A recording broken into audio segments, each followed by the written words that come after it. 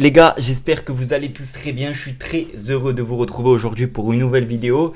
On va parler aujourd'hui, les gars, de deux sujets importants, mercato, transfert. Le premier qui va être Ansu Fati. Alors, je vais pas dire qu'il faut prendre avec des pincettes mes informations, c'est pas vrai du tout, parce que c'est quasiment officiel, notamment pour Ansu Fati. Alors Marcus Rashford, il y a encore des détails à régler, mais c'est important d'en parler, d'en discuter. Ça va être certainement officialisé dans quelques jours, voire quelques heures si les choses s'accélèrent. Mais dans une théorie et dans un monde idéal, bien sûr, les choses devraient être officialisées. C'est notamment Fabrizio Romano qui l'a dit pour Ansu Fati, donc ce sont des sources assez fiables dans le milieu. Ansu Fati, on a eu l'occasion d'en parler d'Ansu Fati il y a quelques vidéos sur son potentiel départ à l'AS Monaco.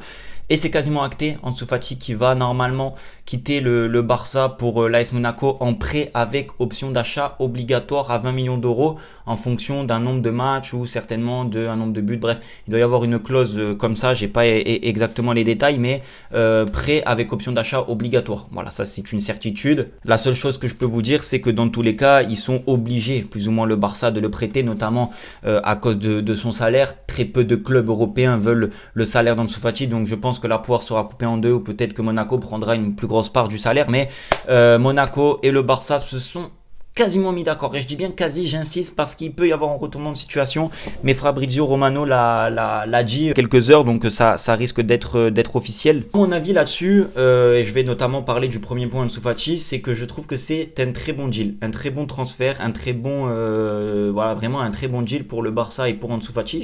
J'insiste bien pour Ansu Fati et pour le Barça, dans le sens où on sait que la valeur marchande d'Ansu Fati était un petit peu moins de 5, enfin était entre 5 et 7 millions d'euros. Mais je l'avais dit dans la dernière vidéo, c'est impossible qu'Ansu Fati parte pour 5 millions d'euros, c'est même pas dans les rêves. En fait, c'est quasiment obligé qu'il parte pour 15-20 millions d'euros, dans le sens où il a réalisé quand même de très belles choses par le passé, et c'était pendant un moment une star mondiale montante du football. Donc on peut pas passer de 30, 40, 80 millions d'euros à 5 millions, 6 millions d'euros sur un transfert pur. Donc c'est pour ça que le Barça a bien fait, et certainement de le prêter, pour que sa valeur marchande, pour que les deux parties en tout cas fassent un bon deal, voilà, globalement. Et je trouve que c'est vraiment une belle affaire, que ce soit pour les deux, Monaco ou Ansu Fati. C'est un championnat, la Ligue 1, où notamment Monaco, qui a l'habitude de relancer un petit peu ce genre de joueur, qui est un petit peu une équipe à star, on va pas se mentir, une équipe qui attire pas mal de monde, notamment grâce à la ville et le cadre de vie. Et Ansu Fati, c'est un bon moyen, un bon club pour qu'il se relance. Je le sens bien, en tout cas c'est le ressenti que j'ai. Et vu comment moi je regarde la Ligue 1, et Monaco c'est pas très loin de chez moi en plus de ça, la pression il aura pas. Voilà, la pression il aura pas, notamment à domicile, et surtout tranquillement à l'extérieur sur les matchs. Et c'est un club qui peut vraiment le mettre en confiance, où il sera entouré de bons joueurs, notamment Akliouche, Ben Seguir, on sait pas s'il va rester, il y en a notamment Mika Biretz aussi qui reste. Donc il y a une belle équipe au milieu avec Zakaria qui peut jouer aussi défensif. Bref, il y a vraiment une très belle équipe globalement à Monaco, qui a l'ambition de faire encore une très belle saison en Ligue 1, et qui a l'ambition bien sûr en Ligue des Champions d'aller le plus loin possible. Et je trouve important, c'est pour ça que je dis que c'est un bon deal, parce qu'il ne part pas dans un club qui joue l'Europa League ou qui joue la conférence. Il part dans un club qui va jouer la Champions League, qui est un peu un outsider, on peut dire, mais qui a quand même des choses à dire et des choses à montrer en LDC. Et je pense sincèrement que Ansu Fati peut montrer de belles choses en Ligue 1, ligue qui est largement à la portée de ce genre de joueur-là, et il peut vraiment exprimer son plein potentiel tout au long de la saison. Voilà, ça c'était vraiment pour le côté deal. Maintenant, est-ce qu'on peut considérer, vu qu'il va partir certainement, ça sera définitif, même si c'est l'année prochaine, que son passage au Barça est raté?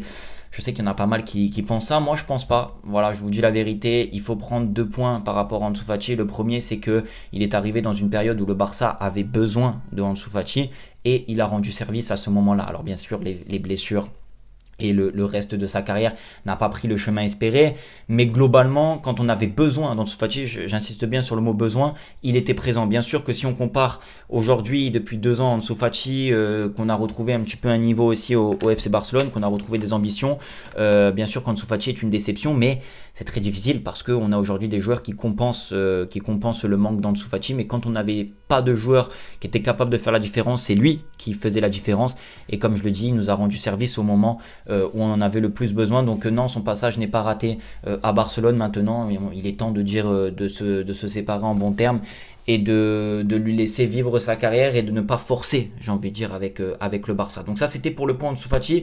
Je conclus sur le fait que c'est vraiment une très belle opportunité, que ce soit pour les deux parties, et j'espère qu'il réussira même même si je suis pour Nice, j'espère que contre Nice il sera pas bon, mais globalement voilà, c'est une bonne chose et un départ c'était ce qu'il fallait. En plus de ça, Lamine Yamal, son ami, va récupérer le numéro 10, donc tout concorde sur le fait que ça peut bien se passer pour la suite. Maintenant, Marcus Rashford qui est sur le point aussi de signer au FC Barcelone. Alors j'ai pas les détails du contrat, sincèrement, je vais juste vous donner mon avis. La seule chose que j'ai et ce que je peux vous dire, vous affirmer, c'est que ça serait autour des 40 millions d'euros. Je trouve que c'est aussi un très bon deal pour le Barça. On n'en a pas eu l'occasion d'en parler souvent sur la chaîne de Marcus Rashford. On a eu des échos, mais on a plus eu tendance à parler de Luis Diaz, de Jonathan David, aussi d'un petit peu Julian Alvarez. On a eu l'occasion de parler un peu de ce sujet-là, mais quand on regarde bien Marcus Rashford, c'est un top joueur. C'est un top joueur qui est malheureusement resté beaucoup trop longtemps à Manchester et dans un Manchester qui n'avait pas d'ambition pendant que lui, alors oui, il a raté quelques saisons, il est passé aussi à côté, mais à l'image du club et de l'équipe. Mais globalement, quand on regarde Marcus Rashford, ça a 28 ou 29 ans, il me semble, vers là. C'est un bon deal. Très clairement, on va pas se mentir, c'est un joueur qui va vite, un joueur qui prend la profondeur, qui peut marquer de la tête, qui est adroit des deux pieds. Donc non, très bon deal pour le Barça s'ils arrivent à le faire. Et c'est l'étape qui manque certainement à sa carrière. Il a fait toute sa carrière à Manchester, il a fait une très bonne saison. Là, à Aston Villa, ou une demi-saison, où il a réussi à rebondir. Il lui manque plus qu'une étape pour essayer de concrétiser sa carrière qui, on peut penser, qui est en demi-teinte, et c'est une vérité. Mais s'il arrive au Barça, qui prend la place petit à petit de Lewandowski, parce que 28-29 ans, ça veut dire qu'il peut jouer encore 5-6 ans à haut niveau, et ben sincèrement, ça peut être une très bonne chose. Et moi, c'est un profil que j'aime beaucoup, et c'est un joueur qui est confirmé. En fait, c'est ça que je veux vraiment dire. C'est un joueur qui est confirmé, un joueur qu'on a l'habitude de voir, qu'on parle depuis maintenant pas mal de temps. Donc c'est pour ça que Marcus Rashford, pour moi, je valide à 500%. Maintenant, je ne veux pas rentrer plus dans les détails que ça, parce qu'on n'a pas encore tous les détails de ce transfert. Mais j'espère que ça se fera et ça serait un bon deal. Alors oui, on a Luis Diaz qu'on pourrait aller chercher. Oui, on a Nico Williams. Oui, on a lui. Oui, on a celui-là et tout.